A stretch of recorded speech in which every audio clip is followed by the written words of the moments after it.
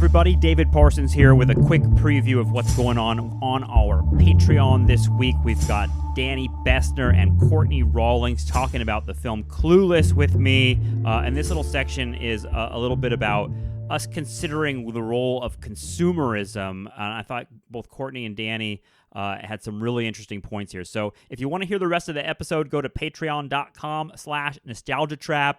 And this week is a really great week to join because we're doing our first live show Wednesday, October 21st at 5 p.m. Pacific time, 8 p.m. East Coast time. I guess that's 7 p.m. Central time. I don't know what that is Mountain time. I'm sorry. But either way, we're really looking forward to talking about Back to the Future live with the people that have joined at our Culture Warrior tier, and that's going to be a really fun conversation. Got some special guests, etc. So go join on our Patreon if you want to hear the rest of our stuff and all of our series with Danny Bessner and other special guests on LA movies in the 90s as we try to read the code what the hell was going on in pop culture in the 90s and why it connects so thoroughly to the apocalyptic moment we find ourselves in the 21st century. So enjoy our little Clueless bit and go to patreon.com/nostalgiatrap to hear the rest. All right, thanks. Hope you're well. Talk to you soon.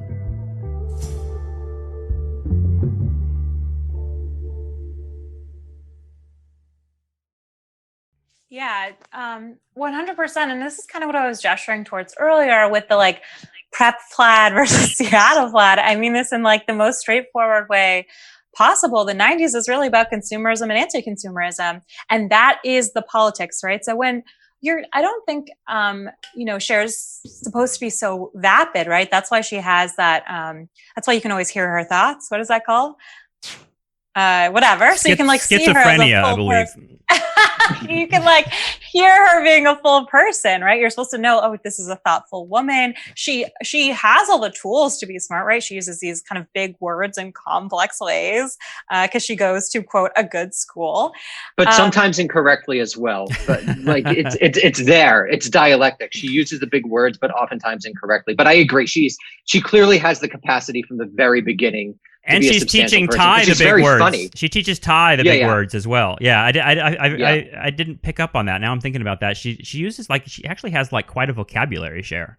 And she like corrects the college girl on who said what in Shakespeare. You know, she has like a good grasp on what she's learning at school, which is funny because she's also plays the idiot. And here I think is when we go back to like a Cher femininity, right? It's like, I know all the rules about how to be a woman. I'm supposed to be an idiot. I'm supposed to care about shopping. I'm supposed to be blonde.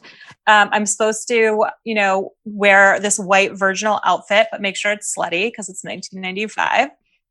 And that's kind of like her, pure performance. But then on the other side, I don't think we've talked about Paul Rudd or Josh yet.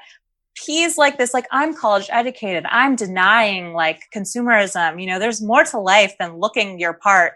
I know about Bosnia or whatever.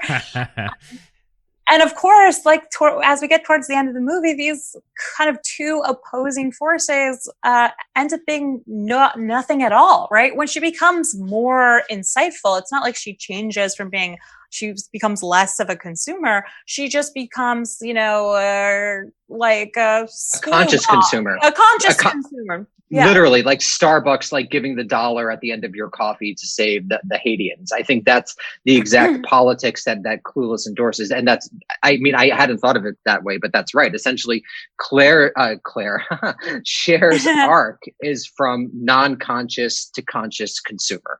And that's a really interesting way to think about it because, again, it's this end of history moment, right? There's no political ideology in this movie at all, except, the basically how you consume is the fundamental politics of this movie. And that's the question that the movie ultimately asks and ultimately comes down on. The best thing to do is to be someone who's consciously consuming and helping out those who are not as fortunate as you, while not actually giving up any of the structural power that allows, you to be a rich, beautiful woman in Beverly Hills. And I think that's, very Gen X, very 1990s. But I think it's right. I think we should turn to the Paul Rudd character because I bet that's what David was like when he was in high school. David, am I right? Oh, come on. Wait.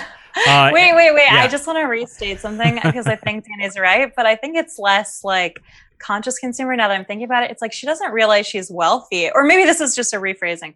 She doesn't realize she's rich. She realizes she has an excess. And she doesn't realize other people are poor. She realizes they have less stuff, right? And so that's why she does the kind of food drive for Pismo. She's a mutual aid politics, right? It doesn't move her to politics. It moves her to giving.